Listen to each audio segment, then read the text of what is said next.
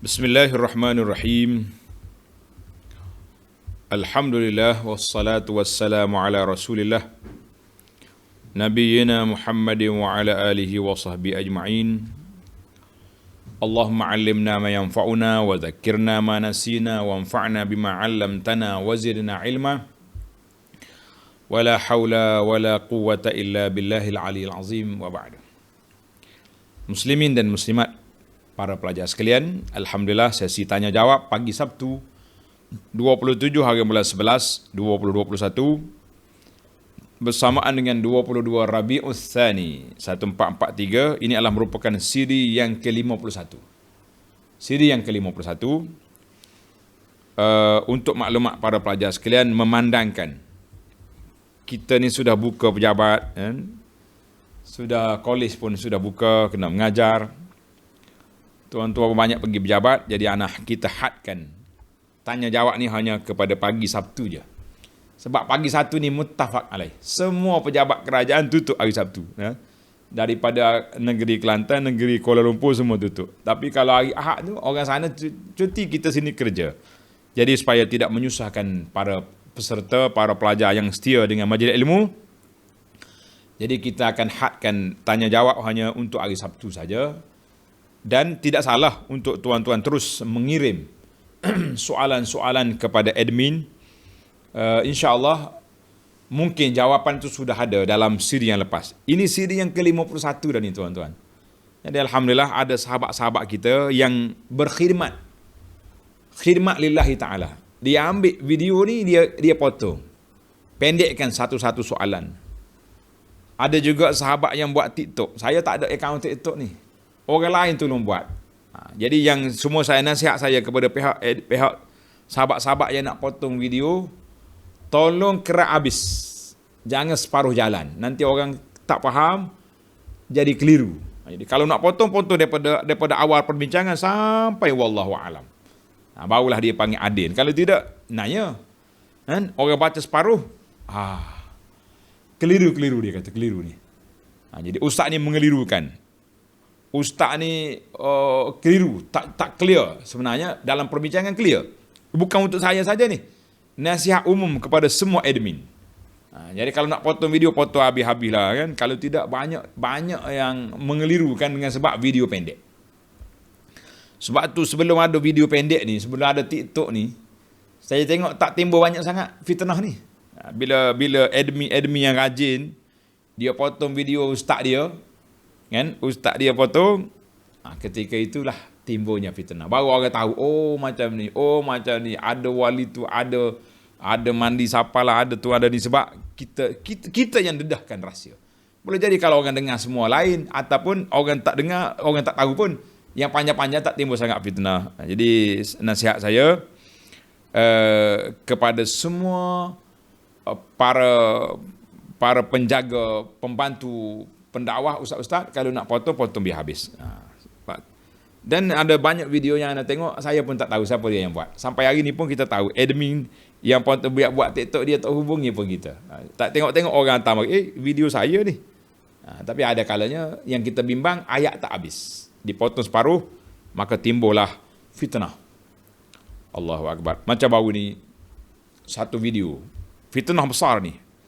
Syekh ni cakap, Syekh kata ada kaul dengan ni. Jangan potong video saya ni pula jadi fitnah dalam fitnah. Dia kata ada pandangan yang mengatakan, dengar baik, ada pandangan yang mengatakan suami boleh liwat isteri dia kalau sekiranya isterinya uzur contohnya. Syekh kata, ada orang kata, kemudian dia condemn di bawah tu panjang dengan dalilnya, dengan hujahnya, dengan haramnya. Dia potong yang tu. Dia kata Tok Syekh ni fatwa sedemikian. Kita kata hasya wa kalla, ini satu jinayah akademik yang cukup dahsyat. Sebab itulah benda khilaf ni, dia harmoni ya sebenarnya. Khilaf ni tak balah. Tapi yang membalahkan masyarakat, siapa dia? Apabila pengikut-pengikut yang memanaskan keadaan, yang menafsir tak kena tempat. Itu yang jadi masalah tu. Benda fiqh, benda itu boleh je. Benda boleh. Tapi bila ditafsir dengan cara manhaj, maka timbullah fitnah. Macam isu yang timbul apa-apa sajalah kan dalam soal tanya jawab kita tentang orang boleh tak boleh orang balik ke rumah dia kan, orang niat jamak takhir di atas perjalanan waktu dia musafir, kemudian dah keluar pun waktu, tapi bila sampai masuk dalam kawasan dia tak nak berhenti solat di surau yang sebelum masuk qaryah. Boleh tak masuk qaryah? Jadi ulama fiqh mazhab Syafi'i sendiri seperti Al-Imam Ibnu Hajar Al-Haytami dan lain-lain mengatakan ya juz, boleh dia masuk ke daerah ke destinasi dia dan tidak berdosa. Maknanya dalam fiqh mazhab Syafi'i kata boleh, harus, tak berdosa. Cuma khilaf di situ tentang solat zuhur dia tadi qada ke jamak. Itu khilaf sedikit. Maknanya benda khilaf lafzi, khilaf teknikal. Tapi kalau nak dilambungkan orang yang bercakap itu orang yang kita benci, dalam hati kita ghillan lillazina amanu, maka timbullah fitnah. Sebab itulah pendakwah zaman sekarang ni kata kalau benda boleh bincang kenapa nak kelahi. Tapi bila orang berkhilaf, yang orang tak suka, kalau benda boleh kelahi kenapa mau bincang? Itu penyakit yang berlaku di zaman kita hari ni. Nauzubillah. Baiklah. Bagus. Potong video pendek-pendek ni. Tuan-tuan takkan nak dengar 50 minit jawapannya. Panjang. Kalau ada yang pendek, senang kan? Kita pun suka yang shortcut ni. Jalan pintas kata orang. Tapi nak pintas jalan tu biar pintas dengan jalan yang resmi. Biar habis perbincangan, jangan habis separuh. Fitnah kepada ulama tu. Boleh dia kata ulama tu fatwa kata boleh. Sedangkan fatwa tu memang tak boleh. Dia nukil pandangan orang kata. Kemudian dia condemn balik, dia rak balik. Itu bahayanya para pelajar sekalian. Baiklah, kita pergi kepada soalan yang pertama. Itu selingan sikitlah nasihat. Kita ni kalau kita tak nasihatkan, dia kata ustaz diam pula, tak cakap. Soalan yang pertama, di berapa tempat yang disunatkan kita berselawat? Berapa tempat? Dia kata, saya biasanya amalkan selawat lepas azan. Ni ada pula orang kata selawat masuk masjid, keluar masjid ni. Betul ke? Jawabnya ada. Terdapat dalam hadis Nabi SAW beberapa tempat yang disunatkan kita berselawat, digalakkan kita berselawat. Di antaranya, tuan-tuan saudara ya, saya bagi tajuk pendek je. Kalau nak tengok panjang, tengok dalam video yang telah saya share. Tajuk kitanya syarah kepada kitab selawat. Anda dah sebut panjang di sana tempat-tempat yang digalakkan, disunatkan kita berselawat. Tulis yang pertama, ada kata galak, ada kata wajib. Selawat ni bukan tu. Contohnya dalam tasyahud, selepas tasyahud akhir. Ada kata wajib, itu rukun solat tu. Kalau tak selawat tak sah sembahyang. Jangan main. Jadi di antara tempat yang kita minta berselawat, tuan-tuan tanda. Ketika sebut nama Nabi, kita kata sallallahu alaihi wasallam, Allahumma salli ala Muhammad. Selepas azan, betul. Ketika nak masuk masjid dan keluar masjid, dalam hadis Nabi sebut sallallahu alaihi wasallam, "Idza dakhala ahadukumul masjidah", bila kita masuk dalam masjid, falyusallim ala Nabi sallallahu alaihi wasallam. Kita selawat dulu, Allahumma salli ala Muhammad. Kemudian baru kita kata, Allahumma ftahli abwaaba rahmatika. Nak keluar pun sama juga. Kita nak keluar, kita berselawat, Allahumma salli ala Muhammad, Allahumma salli wa sallim ala nabiyyina Muhammad, Allahumma ftahli abwaaba fadlika. Sahih tu. Kemudian berapa dah kita? Ketika sebut nama Nabi, selepas azan, setelah masuk dan keluar masjid, di akhir tasyahud, kemudian ketika solat jenazah. Solat jenazah, selepas takbir yang kedua, selawat ke atas Nabi sallallahu alaihi wasallam. Sebelum berdoa dan selepas berdoa. Sebelum doa, kita mula dengan Alhamdulillah, wassalatu wassalamu ala Rasulillah, Allahumma salli ala Muhammadin. Pada hari Jumaat, diminta banyak selawat. Malam Jumaat, sama juga. Dalam majlis, sama juga. Jadi itu di antara, dan banyak lagi waktu-waktu lain. Senarai dia panjang, tapi oleh kerana fokus soalan kita kepada boleh betulkah kita kena selawat, Allahumma salli ala Muhammad wa ala ali Muhammad ketika masuk masjid dan ketika keluar masjid, kita kata na'am, betul. Sudah ada dalam hadis Nabi sallallahu alaihi wasallam yang menyebut sedemikian. Jadi banyak lagi lah kan. Tuan-tuan boleh tengoklah dalam rakaman kita sudah ada. Alhamdulillah. Soalan yang kedua, dalam tasyahud awal, ada ke baca selawat? Soalan. Ini ada pelajar dia tanya. Dia kata waktu mengaji kitab Fathul Mu'in. Fathul Mu'in menyebut tentang sunat ab'ad. Dalam fiqh Syafi'i itu dia panggil sunat ab'ad. Di antaranya tasyahud awal, duduk untuk tasyahud awal. Jadi selepas daripada tasyahud awal tu ada ke tidak selawat? Mereka dalam fiqh Syafi'i kata as-salatu 'ala nabi sallallahu alaihi wasallam aqibat tasyahud awal fahiya sunnatun. Jadi itu termasuk sunat juga. Tapi dia pendek je, setakat Nabi saja. Allahumma salli ala Muhammad. Baik, selepas tasyahud akhir, yang sunatnya Allahumma salli ala Muhammadin, itu rukun. Tapi wa ala ali Muhammad, atas keluarga Muhammad Nabi. Sunat. Banyak lagi lah. Mana kesimpulannya dalam fiqh mazhab Syafi'i. Saya tahu. Boleh jadi orang yang bertanya itu dia dengar ceramah. Sekarang ni video penuh, video banyak. Ada juga ulama yang mengatakan tidak sunat. Tidak sunat kita selawat selepas daripada tasyahud awal. Panjanglah perbahasan dalil-dalil, tapi ada. Cuma saya jawab di sini mengikut fiqh mazhab Syafi'i. Kalau saya tak baca, kalau baca tak baca pun dia kata sunat. Baca tasyahud awal tu bagi mazhab Syafi'i sunat awal. Jadi dalam yang sunat dalam sunat. Ada juga yang sunat jadi wajib. Macam jawab bagi salam, jawab salam lain. Wallahu alam. Jadi perbincangan tu kena panjang. Tapi kita nak pendek je sebab ini tanya jawab. Yang panjang ada dalam video, cari tempat-tempat yang disunatkan kita berselawat. Soalan yang ketiga, seorang wanita masih lagi dalam iddah sebab perceraian. Kalau iddah kematian itu jelas. Mana-mana wanita yang mati suami, tak kiralah suami muda ke tua, maka dia kena al-ihdad, kena berkabung 4 bulan 10 hari.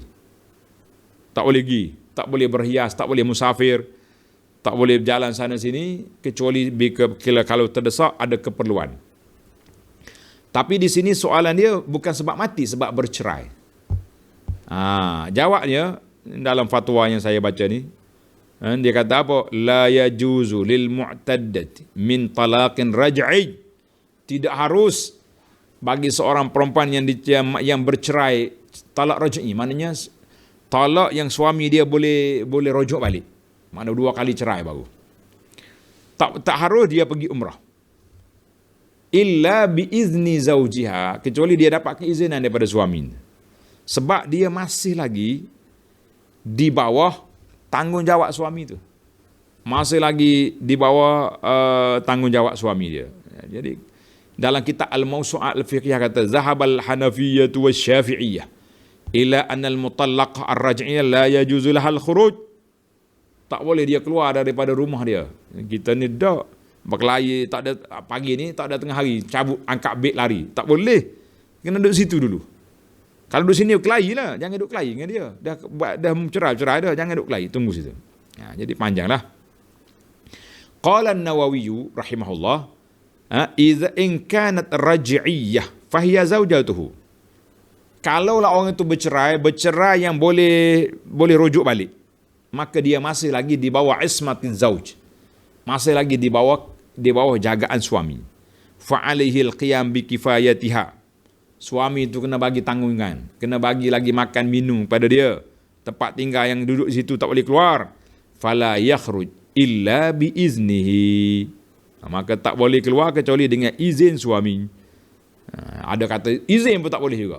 Janganlah kita ambil yang mudah-mudah, kita ambil yang senang-senang lah. Maknanya kalau orang ni nak pergi umrah juga, dia kena tanya suami dia. Bang, saya nak pergi umrah. Biasanya kalau kelahi ni, berambuh pergi ya. Dia tak kata pergi lah. Dia kata, berambuh lah pergi. Serabut aku duduk sini. Contohnya, engkau pergi je lah. Soalan yang keempat, mohon penjelasan hukum wanita cukur bulu kening. Dia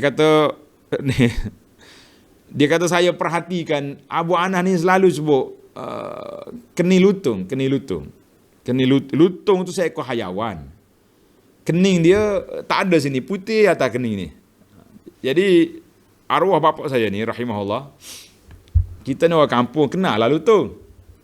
Duk makan buah getah atas belakang pondok kita ni banyak musim-musim dia. Sekarang ni pokok getah tak ada lah lutung. Jadi bila kita kata keni lutung bukan makna kita menghina wanita, tapi nak bagi tahu ada hukum di sana. Hukum dia, apakah hukum cukur bulu kening ataupun menipiskan dia? Dalam hadis dia panggil an-namisah wal mutanammisah. Tengok dalam hadis. Hadis thabata an Abdullah bin Mas'ud. Ibnu Mas'ud radhiyallahu anhu meriwayatkan anna nabiyya sallallahu la'ana al-washimat wal mustawshimat. Al-washimat ni orang main tatu ni. Orang buat tatu. Biar tatu ni bukan tajuk kita. Wan namisat wal mutanammisat. Orang yang cukur bulu kening dan yang dicukur. Dua-dua kena. Saya ni orang panggil apa ni? Spa ke apa dia? Apa ni? Tepak. Salon. Saya ni ambil upah je. Dia suruh. Tak boleh. Sebab awak yang buat dia jadi macam tu. Oh, dua-dua kena. Dua-dua kena. Orang yang buat tatu yang dia kena tatu. Orang yang mencukur, orang yang dicukur. Bulu kening. Dua-dua tu dilaknat oleh Nabi sallallahu alaihi wasallam. Hadis ini hadis fi sahihaini. Hadis dalam Bukhari dan Muslim. Maka cukur bulu kening ni perbuatan yang dilaknat oleh Nabi sallallahu alaihi wasallam. Kalau setakat saya kata bulu kening lututnya kecil tu tuan-tuan, nak bandingnya kena laknat tu. Jangan buat. Oi.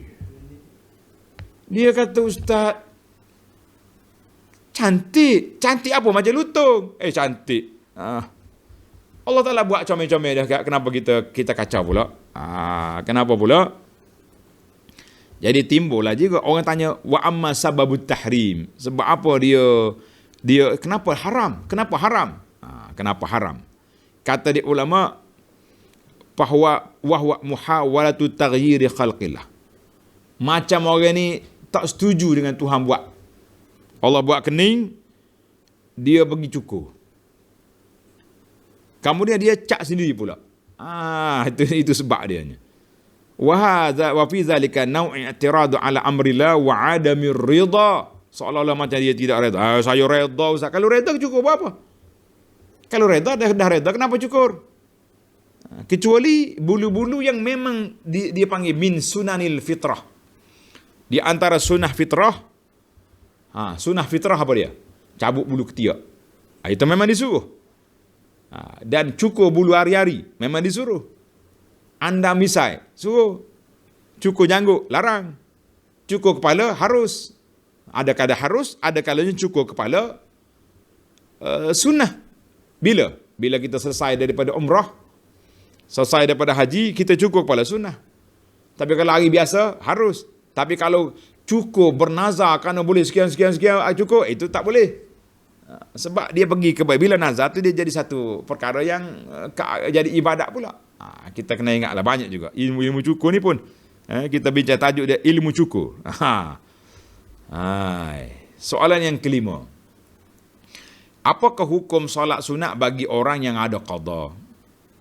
Saya telah dipahamkan mengqada solat fardu yang ditinggal masa dulu adalah wajib mengikut mazhab Syafi'i. Jadi boleh tak boleh saya solat sunat? Di sini memanglah kalau kita tengok dalam fiqh mazhab Syafi'i dan mazhab lain juga mengatakan bahawa solat siapa dia tertinggal solat kena qada. Tapi nak qada banyak mana? Nak qada tu lama mana? Tak ada langsung nak solat sunat. Sebab tu ulama khilaf dalam masalah ini. Ada sebagai ulama mengatakan tak payah qada. Sebahagian kecil. Tapi kata yang ramainya kata kena mazhab jumhur wajib qada. Jadi kalau sekarang ni kita tak tahu banyak mana. Jadi bagaimana kita nak buat? Jadi anda tengok fatwa-fatwa ataupun pandangan kita ni, ada ustaz kita keras. Siapa dia ada solat qada tak boleh sunat. Tak boleh solat sunat. Habis tak ada solat sunat lah dia pakai relax gitu. Nak qada tak juga. Solat sunat pun tak juga. Maka ana pun cari pandangan-pandangan ulama. kita pun kumpullah di sini. Ini pandangan, saya sebut pandangan ulama ramai. Kalau saya ambil ulama-ulama di Mekah kan, orang kata lain pula. Saya ambil ulama daripada Mesir. Syekh Atiyah Saqar rahimahullah ta'ala, Rais Lajnatul Fatwa bil Azhar. Dengar tuan-tuan ni, saya ambil fatwa Mesir. Dia kata, fa'inna man alaihi salawat mafrudah. Siapa dia ada tinggal salat fardu, zaman dulu ke zaman muda ke zaman mana ke, wajib dia kena qada, dan yang afdal dia sibukkan waktunya dengan apa? Dengan qada. Ada pun semaya sunat, kalau tak salat sunat pun tak berdosa. Tak berdosa, tetapi setelah kita qada sunat, boleh juga dia buat solat-solat sunat yang muakkad. Solat sunat yang muakkad seperti solat sunat qabliyah ba'diyah, 12 rakaat. Berhenti setakat tu je, jangan lebih. Solat duha kita ambil 2 rakaat. Solat witir 3 rakaat. Mana 17 rakaat maintain, yang lain tu waktu semua kita qada. Itu yang terbaik. Kata Syekh, ini pandangan dipilih oleh Syekh Atiyah Saqar rahimahullahu taala dalam kitab fatwa dia, dan juga ulama-ulama semasa yang lain ramai yang menyokong. Sebab itulah ana sendiri, saya memilih pandangan. Saya tak ada fatwa ni, jangan salah faham. Abu Anah dia bukan mufti, dia bertaraf al-faqir ilallah. Al-faqir ilallah, Abu Anah kata, pandangan saja, nasihat saya kepada orang yang ni, kita jamak, kita qada, dan kita juga solat sunat. Solat sunat rawatib. Solat sunat rawatib. Habis solat sunat lain tu, yang duk anjur macam-macam solat sunat, kita kata tinggalkan yang tu. Yang lain-lain, qabliyah ba'diyah kita buat yang muakkadnya. Kemudian witir 3, tahajud 2 rakaat duha, yang lain tu kita qada. Habis kalau saya masuk masjid, boleh qada? Boleh. Tak ada waktu larangan waktu qada. Masuk lepas asar kita solat 2 rakaat. Nak solat 4 takut orang nampak, solat 2 rakaat. Qada apa? Subuh. Kalau kita masuk tak ada orang, 4 solat apa? Qada asar. Dia senangnya qada ni ikut waktu. Itu lebih baik. Waktu lepas zuhur, kita qada zuhur. Waktu lepas asar, kita qada asar. Atau sebelum asar. Maghrib, kita qada maghrib. Kan lebih senang dia ikut waktu. Sekurang-kurangnya setiap hari kita ada qada. Wallahu alam, benda tu khilaf. Perkara di khilaf. Ada orang, dia ke tepi terus ya, bak qada. Saya kata saya jamak. Ana pilih pandangan jamak.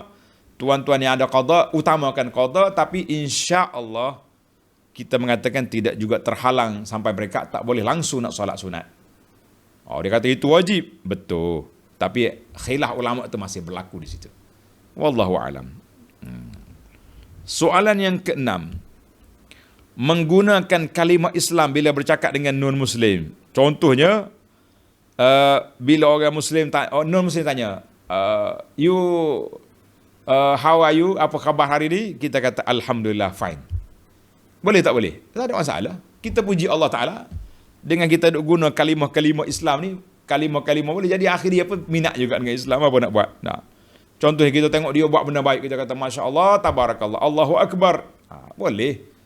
Insya Allah tidak jadi masalah. Yang tak bolehnya kita doakan keampunan. Tak boleh. Kita doa hidayah boleh. Contohnya kita kata, dia tengok orang ni buat benda baik, kita kata Allah yahdi, Allah yahdi, Allah yahdi. Allah Ta'ala bagi hidayah padamu. Dia tak faham apa, dia bunyi bahasa Arab je. Kan bagi. Allah yahdi. Allah yaftah qalbak. Allah Ta'ala buka hatimu untuk Islam. Doakan baik-baik, tidak jadi masalah insya-Allah. Yang tak bolehnya, kemudian dia kata orang Islam ni pun jawab mesej dia, Alhamdulillah, semoga anti sihat. Kita kata boleh ya. Tidaklah menjadi halangan untuk kita guna bahasa kita kepada orang yang dengan orang bukan Islam, insya-Allah bahkan lebih baik lagi. Ada setengah orang yang kita kalau Cina kampung ni, kita di Kelantan Cina kampung, dia kecek Kelantan. Allah, tengok. Dia mula Allah lah ustaz gak lorak semua dia. Allah tu Allah lah tu. Ataupun Allah lah tu maknanya bukan Allah ada juga. Tapi kalimah tu nak pergi situ. Orang mengucap pun ada. La ilaha illallah, budak ni. Sebab dia dengar orang Melayu itu sebut. Jadi kita kata insya-Allah tidak ada mahzur. Kita tak boleh doa keampunan, tapi doa hidayah itu dituntut. Kita sayang kepada orang kafir ni, kita sentiasa doa hidayah kepada dia, kita kata alhamdulillah. Baiklah. Soalan yang ketujuh, bolehkah kita beli pintu atau apa saja yang tidak digunakan lagi oleh surau dan masjid untuk kegunaan sendiri? Ni masalah ni. Bolehkah tidak kita jual barang-barang masjid? Barang-barang masjid ni kita nak jual, boleh ke tidak? Jadi di sini para ulama mengatakan asalnya tak boleh jual barang-barang tu. Asalnya tak boleh kita nak jual barang-barang. Tapi benda-benda wakaf ni kita kembali kepada nazir. Nazir ni orang yang menguruskannya. Pintu dah buruk. Memang kita tak akan guna dah pintu ni. Tak situ. Atap dah buruk. Tak tepi. Tiba-tiba orang mari nak beli. Boleh tak je kita jual? Pembeli besi buruk mari. Ustaz, Imam, atap nak apa? Tak tahu nak apa aku. Nak letak sini pun tak ada buruk. Habis, mari saya beli lah. Ambil lah. Berapa dapat? 300. Kita ambil 300 tu masuk balik dalam tabung. Kalau kita tukar atap, kita masuk dalam tabung atap. Jadi duit asal atap asal tu masuk balik dalam tabung kita tu. InsyaAllah tidak jadi halangan. Dia dipanggil benda ni kembali kepada nazir. Nazir ni orang panggil pemegang amanah masjid. Kalau dia tengok ada keperluannya untuk tukar. Habis barang-barang lama tak guna. Kalau biar di sini memang akan buruk begitu je. Ketika itu kita kena usahakanlah ikhtiar supaya dapat faedah. Kalau contohnya kayu-kayu ni boleh digunakan lagi untuk buat tiang ke, buat atap ke, buat bangsal ke, buat apa, kita gunalah dulu. Selagi boleh lah. Kalau dah tak boleh, tak sesuai, semua barang kita guna semen dengan besi ya, kayu-kayu tak guna lagi, bolehlah kita jual untuk ambil balik duit itu kepada tabung masjid. Wallahu alam. Tajuk seperti ini agak sensitif. Jadi saya syorkan kepada saudara tanya balik ke pejabat mufti. Tanya balik ke pejabat mufti untuk jawapan yang lebih tuntas dalam masalah ini. Wallahu alam. Soalan yang ke-8, adakah orang yang solat di rumah? Macam kami ni muslimat. Soalan muslimah ni. Perlu jawab azan dahulu kemudian solat. Dia punya soalan. Sebab apa? Penjelasan soalan. Jelas ni, kena dengar penjelasan dia. Dia kata rumah saya dekat dengan masjid. Jadi bila azan, saya jawab azan lah dulu. Lepas jawab azan, baca doa lepas azan, selawat, kemudian kita solat sunat. Kemudian baru solat fardu, dia tak pergi masjid, ada masyarakat orang perempuan. Namun ada kawan beritahu amalan untuk orang yang tak berjamaah saja. Yang nak berjamaah je jawab azan. Kalau perempuan solat sendiri, azan, bila azannya terus solat. Lah, tak payah tunggu azan, betul ke? Jawabnya tak betul. Sunnah Nabi SAW, Nabi kata apa? Iza sami'tul muazzin faqulu. Bila kamu dengar azan, kamu ikut apa yang dikata oleh muazzin. Allahu Akbar, Allahu Akbar. Asyhadu an la ilaha illallah, asyhadu anna Muhammad. Kita ikut. Ikut sekali dengan dia. Nabi tak kata ini untuk orang nak pergi azan, nak pergi masjid lah. Semua orang yang tak solat pun kata juga. Yang uzur, ya, yang uzur berkata juga. Sebab tengok Nabi kata apa? Selepas daripada dengar azan, kita berselawat Allahumma salli ala Muhammad wa ala ali Muhammad. Kemudian kita doa Allahumma rabb hadhihi ad-da'wati tamma was-salatil qa'imah ila akhirih. Nabi kata apa? Halat lahu syafa'ah yaumal qiyamah. Orang ini berhak menerima syafaat pada hari kiamat. Hadzal hadis rawahul Bukhari. Tak ada larangan. Jadi puan ataupun siapa saja yang dengar azan, jawab. Lepas tu baru kita solat. Bagi laluan kata orang pada azan dulu. Tak, lagi luar pada azan. Yang saya sedihnya, bila tak nak azan, itu yang sedih. Kenapa? Ustaz mengajar panjang. Saya tak nak azan malam ni. Awak. Azan itu tanda masuk waktu satu. Azan itu syiar solat satu. Jadi kita kena jawab. Pergi ke tak pergi? Boleh solat ke tak boleh solat? Jawab azan. Kalau tak boleh solat, jawab azan juga. Boleh pahala. Soalan yang ke-9, nak bertanya berkaitan fidyah. Orang yang meninggal dunia, bagaimana cara kiranya? Fidyah puasa. Si mati biasanya pernah tidak puasa dalam setahun. 3 hari, 4 hari, seminggu lah kerana uzur syar'i yang perempuan ni. Kan? Saya selaku anaknya, bagaimana cara kiraan untuk fidyah tahun-tahun sebelumnya yang saya tak tahu jumlahnya. Ini masalah yang susah bagi kita. Mak dah meninggal, anak mari nak kira berapa dia punya fidyah. Macam mana kita nak tahu? Jadi tuan-tuan dan puan-puan yang masih lagi ada ibu, boleh je sembang-sembang dengan mak. Mak, waktu mak muda-muda dulu, setiap bulan mari haid, seminggu, 5 hari, ataupun bersalin, beranak pada bulan Ramadan, mak ganti tak ganti puasa dulu? Tanya dia. Sekarang, kamu duduk dekat mak, dekat ayah, cuba siasat. Alhamdulillah aku orang baik. Waktu muda tu aku tinggal juga puasa, tapi bila aku dah insaf, dah tua, dah tak beranak dah ni, pencen beranak, aku qada semua dah. Settle.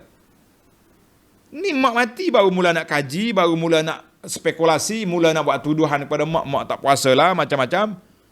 Saya cukup tak selesa dengan anak-anak yang mari nak kaji tentang mak ni puasa ke tak puasa. Waktu hidup mu tanya tak? Tak tanya. Sekarang ni tuan-tuan dan puan-puan tanya mak, tanya ayah. Ayah ada tak tinggal puasa? Kenapa? Inilah kami nak bajet nak beli berah berapa-berapa dia. Ayah kita tua dah. Kalau nak qada memang tak boleh pun. Tanya dia, ayah, pernah ayah tinggal puasa zaman muda-muda dulu? Waktu aku kerja di dulu pondok muda aku tak puasa pun. Tak larat, ingat nak qada dah tua sakit pula. Jadi waktu tu berapa tahun? 3 tahun, 4 tahun. Jadi kita gantilah dia fidyah.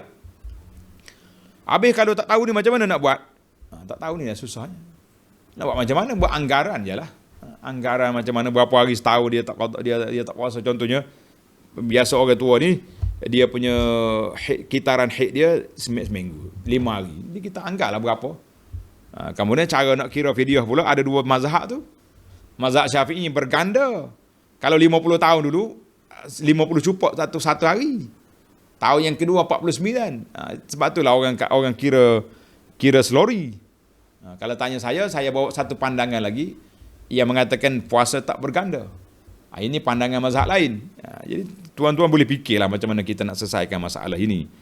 Adapun fidyah solat tidak ada dalam kitab yang muktabar. Yang kemudian yang ada tapi yang betul-betul tu tidak ada. Tu baru ni tular ustaz, tular. Orang duk mai letak berah atas troli. Pak lebay ni tolak mari. Macam mana tu? Dia bayar fidyah lah tu. Itu main-main. Dia ingat Tuhan tak tahu dia buat helah berkali. Helah ya tu helah. Saya beli berah ni 10 kapit. Saya jual. Papek, saya niat ini fidyah untuk mak saya. Ustaz, imam, saya sedekahlah berah ni ke imam. Tolak balik. Boleh berah ke imam. Duduk diam. Itu baru sebulan. Bulan yang kedua pula. Tolak lagi, beli lagi. Niat pula tolak ke imam. Akhir kali, sudah majlis, imam tu dapat RM50. Berah main tolak mari. Jangan duk main, tuan-tuan. Kalau kita terima pandangan yang mengatakan ada fidyah, bukan cara main tolak helah macam tu. Beri sungguhlah kan nak bagi. Tapi tak ada dalam sunnah bahawa fidyah untuk solat. Fidyah puasa, na'am. Ada di kalangan fatwa, boleh bayar. Boleh kita ganti dengan puasa, anak cucu tolong puasa pun boleh. Tapi duk main tolak itu dia panggil tak sedap main lah, main troli. Zaman dulu orang tak tahu. Zaman sekarang ni dia ambil video. Soalan yang ke-10. Ingin mohon pendapat berkenaan doa semasa sujud sebelum salam. Solat hajat ke, solat fardu, adakah boleh kita berdoa lebih dari satu permintaan? Berdoa sujud sebelum salam. Sujud belum salam, mana pula ni? Sujud akhir. Maknanya kita duduk rakaat yang terakhir tu kita berdoa. Sebab ada pendapat yang mengatakan seafdalnya semasa sujud kita berdoa satu permintaan saja. Siapa dia cakap? Suruh berdoa satu beri. Dia ingat kita doa dengan Allah, bukannya pergi ke pejabat. Kalau nak pergi pejabat memanglah kita nak mohon borang tanah, pergi pejabat tanah. Nak minta kerusi roda orang sakit, pejabat kebajikan masyarakat. Nak minta makanan, pejabat wakil rakyat. Itu kita dengan makhluk. Kita dengan Allah minta je apa saja yang kamu nak. Dalam satu sekali kita solat, sekali sujud tu, boleh je minta. Boleh je minta. Nak minta apa saja hajat yang kita nak minta. Jadi kita duk kira dengan Allah ni, jangan duk kira dengan pejabat tu wakil lah. Kan? Kita kira dengan Allah ni, kira dengan Allah Ta'ala maha mengetahui. Kita nak apa? Minta. Yang ke-11, ingat ni, ini sujud dalam solat ni, ada satu format baru pula. Format ni tak ada dalam sunnah ni. Siapa ada solat hajat, baca sekian, selepas bagi salam, sujud, kamu dia doa. Kita kata, Lish, kenapa kamu tukar? Aqrabu ma yakunul abdu min rabbihi wa huwa sajid. Tempat yang paling hampir kita dengan Allah ketika sujud. Ketika sujud dalam solat. Tak ada pun Nabi kata sujud semula dalam tu. Tak ada. Ini semua tu rekaan-rekaan yang dibuat.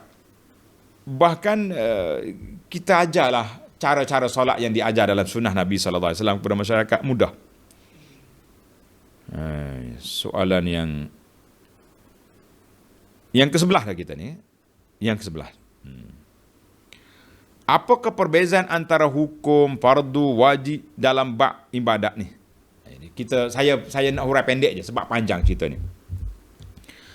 Ulama usul fiqh dia bahas panjang tentang apa itu rukun, apa itu wajib, apa itu. Cuma kita gini ya. Soalan persimple, jawapan persimple. Dalam fiqh kita mazhab Syafi'i, kalau kita kata ini rukun, ini wajib solat, sama ya. Rukun dengan wajib solat sama dalam bab solat. Baca Fatihah, rukun. Baca Fatihah, wajib. Sama. Maknanya kalau tak baca Fatihah, tak sah solat kita. Kecuali orang masbuk. Yang berbezanya dalam bab haji. Dalam bab haji ada perbezaan. Rukun, fardu, tak buat, tak sah haji. Seperti tawaf, sa'i, wukuf di Arafah. Itu dipanggil rukun. Satu lagi, dipanggil wajib haji. Wajib haji. Seperti melontar. Wajib. Bermalam di Muzdalifah. Wajib. Baik, kalau daripada Arafah kita balik ke Mekah terus, bah kita sesat contohnya. Sama ada bah sesat ataupun disesatkan oleh package. Ada juga package ni. Dia tak mau masuk Muzdalifah, dia kata jam. Habis balik Mekah. Habis mabit di Muzdalifah, nanti hujung malam kita pergi. Kalau tak boleh masuk, kita bayar kambing. Memanglah boleh, tapi haji K nama dia, haji K, haji kambing. Tulis haji dalam kad bisnes, haji dalam kurungan K. Sebab semua yang wajib-wajib dia tak buat belaka. Sah haji. Tapi kena bayar kambing. Itu beza dalam mazhab Syafi'i dalam antara rukun dengan wajib. Dalam bab solat tak ada beza, dalam bab haji ada beza. Itu je jawapan ringkas saya. Kalau nak panjang, mari kita mengaji kitab usul fiqh. Panjanglah dia punya perbahasan. Soalan yang ke-11. Yang ke-12. Mana soalan yang ke-12? Adakah anak lelaki sahaja yang diwajibkan menjaga ibu? Ibu dah huzur, anak laki-laki, anak perempuan macam mana? Jawabnya dah. Dua-dua kena wajib jaga. Semua anak kena bertanggungjawab kepada mak ayah yang sudah huzur. Dua-dua tu dia panggil kena bertanggungjawab. Birrul walidain. Jaga ibu bapa itu wajib kepada dua-dua kumpulan. Anak laki-laki dan anak perempuan. Cuma perbahasan ulama di situ, dia kata kalaulah anak perempuan tu tak boleh nak sepenuhnya sebab hak suami dia tu. Dia jaga mak dia, terabai suami. Maka jadi ada kelonggaran sikit di situ. Tapi kita sebagai anak ni budi bicara kena ada. Kan? Budi bicara kena ada. Takkanlah suami kerah hati sampai begitu sekali. Mu jangan peduli ke makmu. Lah. Bagi masa lah. Suami pergi kerja pagi. Contohnya. Kita suri rumah. Rumah mak kita dekat.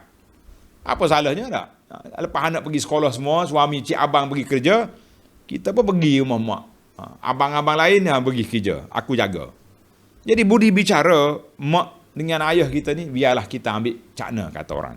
Kan? Kita kena ingat. Kamu tadi nu, tudan. Sebagaimana kamu, begitulah keadaan. Kalau kamu buat tak peduli dengan mak, nanti kamu tua, kamu nak anak kamu tak peduli dengan mu. Hati-hati tuan-tuan. Jadi dari sudut tanggungjawab, laki-laki dan perempuan semuanya bertanggungjawab. Cuma dari sudut label tu kena tengok. Dan tidak wajib bagi isteri kepada anak laki-laki itu kena jaga mak mertua. Tidak. Semua ini dia panggil budi bicara. Semua itu ihsan. kita hari ni muda, nanti kita akan tua. Hari ni kita tak peduli dengan mak, adakah kita tunggu anak tak peduli dengan kita? Ingat baik. Tulis kata Arab, kama tadi nutudan, bagaimana keadaan kamu, itulah yang akan kamu peroleh. Apa benih yang ditabur, itulah hasil yang dituai. Na'udzubillah min ghadabillah. Kalau kita buat tak baik dengan orang tua, dengan mak kita, tunggulah. Satu ketika akan jumpa nanti.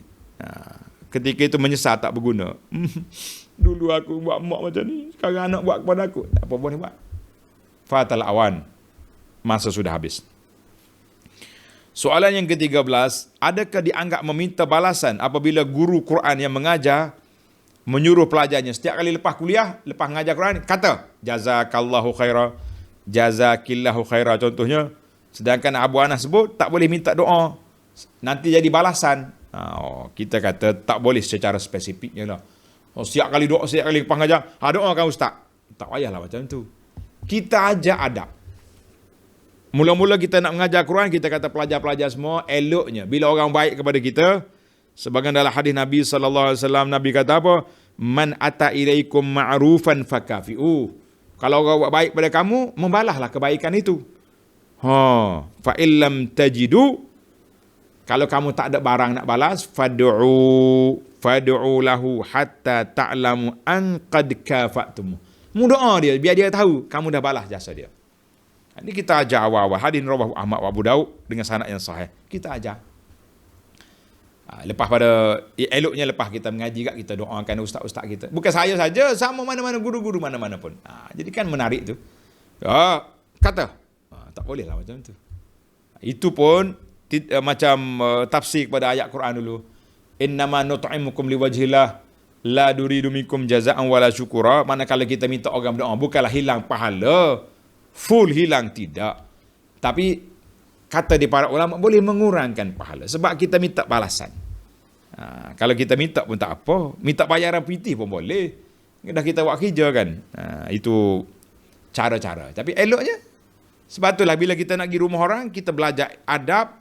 Sudah makan, nih dalam kitab perisai ada. Sudah makan, doakan kepada tuan rumah. Tak perlu, jangan tunggu tuan rumah suruh kita berdoa. Ustaz doakan. Ustaz apa macam tu. Lepas kita makan, tuan-tuan dan puan-puan, oleh kerana kita ni dapat nikmat hari ni, dengan nasi mandi lagi, kepala kambing lagi, mari kita doakan. Bismillahirrahmanirrahim. Ya Allah, mula dengan alhamdulillah wassalatu wassalam. Ya Allah, rezekikanlah tuan rumah ni rezeki yang baik, sihat walafiat. Dia punya bisnes, dia perniagaan dia laku, keluarga dia sihat semua, baik, selamat daripada COVID. Doa. Tuan rumah pun Masya Allah ustaz ni, bulan depan panggil pula. Bagus kata. Soalan yang ke-14, kita ada 15 je soalan ni. Situasi imam solat Isya 5 rakaat.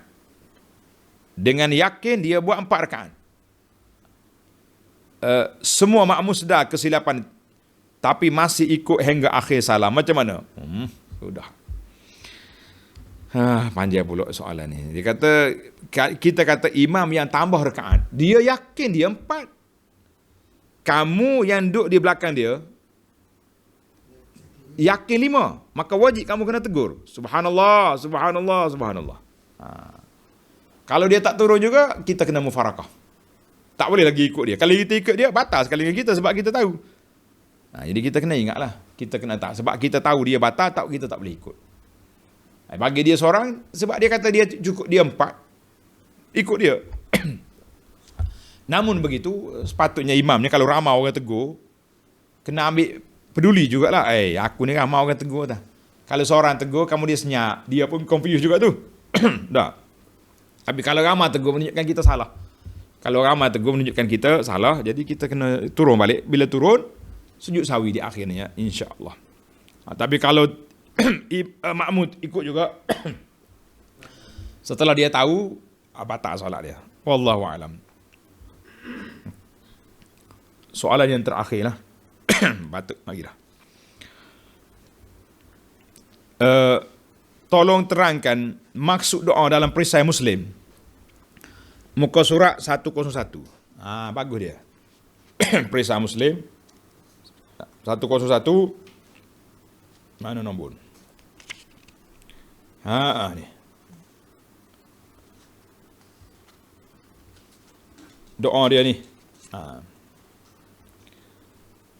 Doa dianya, aku tak dapat memujimu seperti engkau puji dirimu sendiri.